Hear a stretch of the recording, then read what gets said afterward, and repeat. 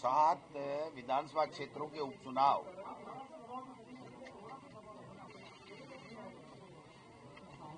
कर लूं सा।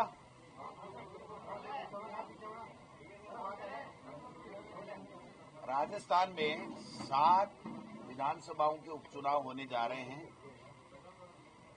25 तारीख शायद नामांकन की आखिरी तारीख है और 13 तारीख को चुनाव है। 7 विधानसभा चुनाव में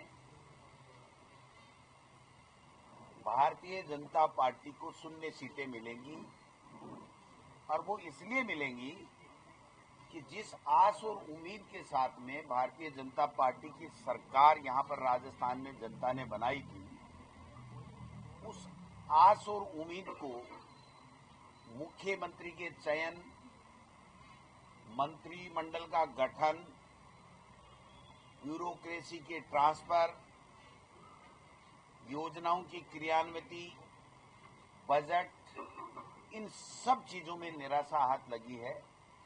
कहीं भी जो वादा किया गया उसके मुताबिक कोई काम नहीं हुआ है और ये पर्ची की सरकार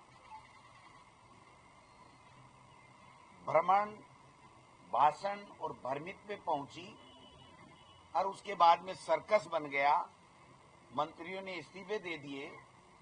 भारतीय जनता पार्टी के प्रदेश मुख्यालय में बैठ करके कैबिनेट मंत्री ये एक हाथ जोड़ के कहता है कि मुख्यमंत्री जी, मैं आपसे निवेदन करता हूं, मेरा इस्तीफा स्वीकार कर लो, लेकिन आज तक उनके इस्तीफे का कोई फैसला नहीं आया। एक दिन मंत्री की डिजायर लेटर पैड पे साइन करते हैं, दूसरे दिन विधायक पे करते हैं। मंत्रिमंडल की बैठक में शामिल होते हैं तो जनता ये मानती है कि वो मंत्री हैं और दूसरे दिन कहते हैं मैं तो एसआई पेपर की भर्ती निरस्त कराने गया था, मेरा मंत्रिमंडल से कोई वास्ता नहीं है। तो इसलिए लोग बागों के एक जुबान पे आ गया कि ये सर्कस है और अब यूटर्न सरकार बन गई है।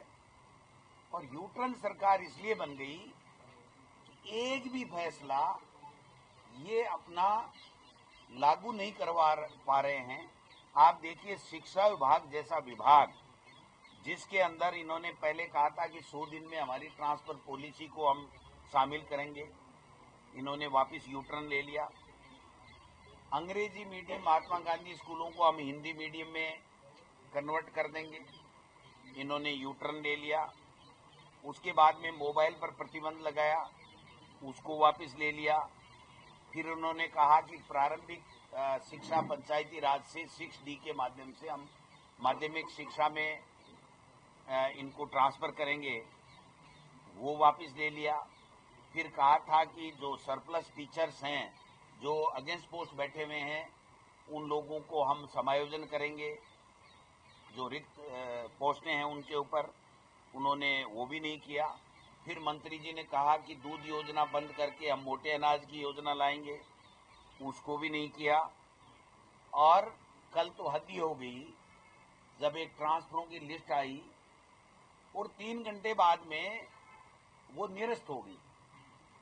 आना और निरस्त होने से बड़ी बात यह है कि मंत्री ये जवाब दे कि कुछ त्रुटियां रहेगी उसको सुधार करेंगे और यूडीएच मंत्री जारी करते हैं कि हमारे सेवर सदस्य जो नगरपालिका, नगर परिषद, नगर निगमों में, उसको भी 24 घंटे में निरस्त हो गई। तो मैं समझता हूं कि ये यूटर्न सरकार बन चुकी है, इसलिए जनता का इनसे मोह भंग हो चुका है